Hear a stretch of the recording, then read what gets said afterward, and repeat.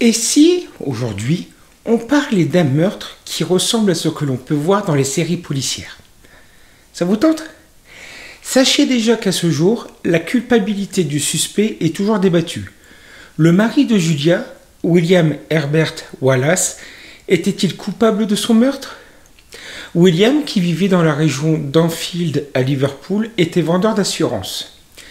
Le 19 janvier 1931, William s'est rendu à une réunion du Liverpool Chess Club. Lors de la soirée, un membre du club s'approche de William au cours de la soirée et lui dit que le club a reçu un appel téléphonique et qu'il a un message. La note prise indique qu'un certain monsieur Qualtrough souhaite souscrire une police d'assurance. William a été invité à visiter la maison de ce monsieur le lendemain soir afin de conclure la vente. Le lendemain, William quitte sa femme pour aller le rencontrer chez lui. William rencontre cependant un problème. L'adresse qui lui a été donnée ne semble pas exister. Il n'y a pas de 25 Menlove Gardens East, l'adresse laissée dans le message qu'il a reçu la veille. Il y a un Menlove Gardens au nord, à l'ouest et au sud, mais pas à l'est. William attribue cela à une erreur de la personne qui a pris la note et il a donc poursuivi sa recherche de la résistance Qualtrough. Au cours de sa perquisition, il parle à la fois à un policier et à un marchand de journaux local, mais aucun d'entre eux ne peut l'aider. Après environ 45 minutes, William décide de rentrer chez lui. À son arrivée, il trouve les portes avant et arrière verrouillées. Il frappe, mais il n'obtient pas de réponse de sa femme Julia. William est certain que celle-ci n'est pas sortie car elle avait un gros rhume. William voit ses voisins, les Johnston, qui sont sur le point de partir pour la soirée. Il leur parle de son souci et ses voisins lui conseillent d'essayer encore une fois la porte arrière et s'il ne peut pas rentrer, ils iraient chercher une double des clés de la maison de William qu'ils ont chez eux. Cette fois, la porte de derrière s'ouvre. Les Johnston et William entrent et se dirigent vers le salon lorsqu'ils ont fait une découverte horrible. Sur le sol du salon gît le corps de Julia, ensanglanté et qui a été matraqué. Monsieur Johnston demande à sa femme et à William de ne rien toucher, le temps qu'il aille appeler le médecin et la police et que ceux-ci arrivent. Plus tard, l'autopsie révélera que Julia a reçu 11 coups à la tête avec un objet contondant. Les coups étaient assez forts pour écraser le crâne de Julia. Comme dans une majorité d'affaires criminelles, les enquêteurs ont fait de William leur suspect numéro 1. La police a rapidement monté un dossier et 2 semaines après le meurtre de Julia, William a été accusé officiellement du meurtre. La preuve principale qu'a retenue la police, c'est l'appel téléphonique passé au club d'échecs la veille du meurtre. Celui-ci provenait d'une cabine téléphonique à seulement 400 mètres de la maison des Wallace. La théorie était que William s'est laissé le message à lui-même pour lui fournir un alibi afin de pouvoir assassiner sa femme. Pour les enquêteurs, William aurait commis le meurtre, puis il se serait précipité pour attraper son tramway et utiliser la recherche de la maison de Qualtrough comme alibi. Lors du procès, William a nié être l'homme responsable du crime, mais le jury ne l'a pas cru. Après seulement 1 heure de délibération, les jurés l'ont condamné à mort pour le meurtre de sa femme. Choqué par le verdict, William fait appel. Ses avocats ont travaillé dur pour attaquer le dossier de l'accusation. Ils ont noté par exemple que la personne qui avait pris l'appel au club d'échecs était certaine que ce n'était pas la voix de William à l'autre bout du fil. Les avocats ont aussi déclaré que William aurait été couvert de sang après le meurtre et que le calendrier des événements de la police ne laissait à William pas le temps de se laver, de se changer ou de se débarrasser des vêtements. Ils ont également appuyé le fait que l'officier utilisé pour reconstituer le voyage de William était beaucoup plus jeune et en meilleure forme que William, qui était un homme d'âge moyen souffrant de nombreuses maladies. Enfin, il y avait aussi un témoin, un livreur de lait qui avait parlé à Julia. C'était quelques instants avant que William ne monte dans le tram pour se rendre à la visite de la maison. Une théorie bizarre existe néanmoins autour de son témoin. L'histoire raconte que la femme à qui le laitier a parlé n'était pas Julia, mais William qui s'était travesti.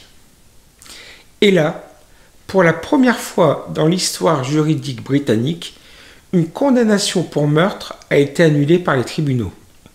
Le tribunal a constaté qu'il n'y avait pas suffisamment de preuves contre William. Après sa libération, il reprend son emploi. Après avoir démissionné et déménagé, William est décédé 2 ans après le meurtre de sa femme. La police n'a jamais identifié un autre suspect pour le meurtre de Julia Wallace. En 1969, l'auteur Jonathan Goodman a identifié un autre suspect possible dans son livre The Killing of Julia Wallace. Il affirme qu'un collègue de travail de William était le tueur. Malheureusement, par crainte d'être poursuivi pour diffamation, Jonathan a caché le nom du suspect. En 1984, le suspect a finalement été nommé dans le livre Wallace, The Final Verdict de Roger Wilkes. Le suspect s'appellerait Richard Gordon Parry. Roger Wilkes affirme dans son livre que Richard Parry avait été interrogé lors de l'enquête initiale de 1931, mais qu'il a été innocenté lorsque sa fiancée Lily Lloyd a déclaré qu'il était avec elle. Bien plus tard, Lily s'est néanmoins rétractée. Il existerait aussi des preuves que Richard avait été vu la nuit même du meurtre de Julia en train de faire laver sa voiture. En nettoyant son véhicule, un témoin affirme avoir vu un gars ensanglanté à l'intérieur de la voiture. Selon la presse, la police en avait été informée, mais avait choisi de supprimer les preuves car elle avait déjà décidé que William était l'homme responsable. Les théories sur la raison ayant poussé Richard Parry à assassiner Julia sont variées. L'une d'entre elles est qu'il s'agirait d'un vol qui a mal tourné. Il connaissait Julia et elle l'a laissé entrer chez elle. Une autre raison invoquée est que Richard et Julia avaient une liaison. De son propre aveu, Richard rendait souvent visite à Julia pour prendre le thé et écouter la musique. La dernière raison utilisée pour suspecter Richard est la vengeance. Il aurait remplacé William la semaine précédente et, à son retour, William aurait remarqué que de l'argent manquait et a prévenu la direction faisant renvoyer Richard. Mais il semblerait que ce soit plutôt un mythe car Richard a continué à travailler pour la même entreprise une année supplémentaire avant de partir de son propre chef. Plus récemment, d'autres suspects ont été pointés du doigt. Les voisins des Wallace, Jack et Florence Johnston, qui ont découvert le corps de Julia avec William. Selon la rumeur, Jack Johnston a avoué sur son lit de mort le meurtre de Julia.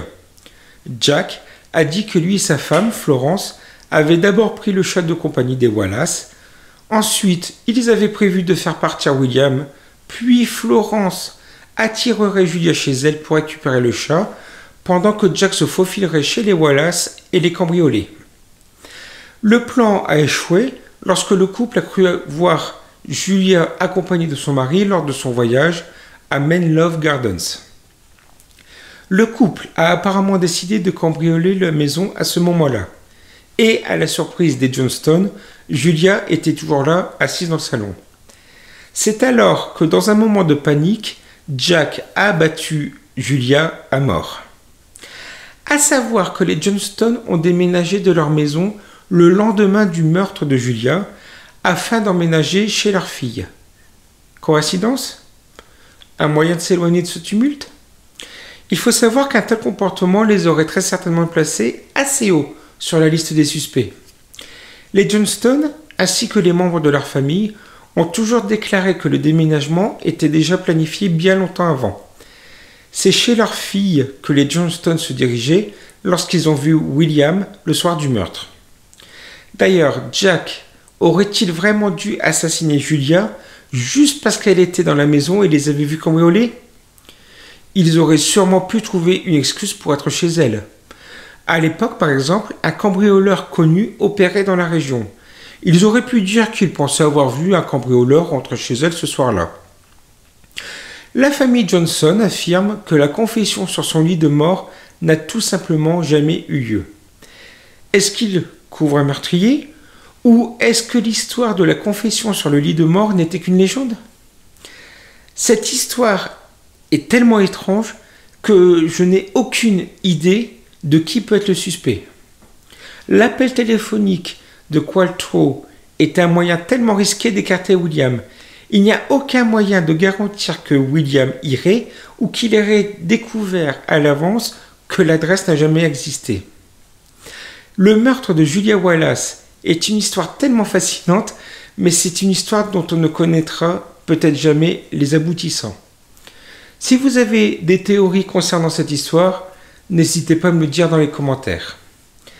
Sur ce, je vous souhaite à tous une excellente fin de journée et je vous dis à bientôt.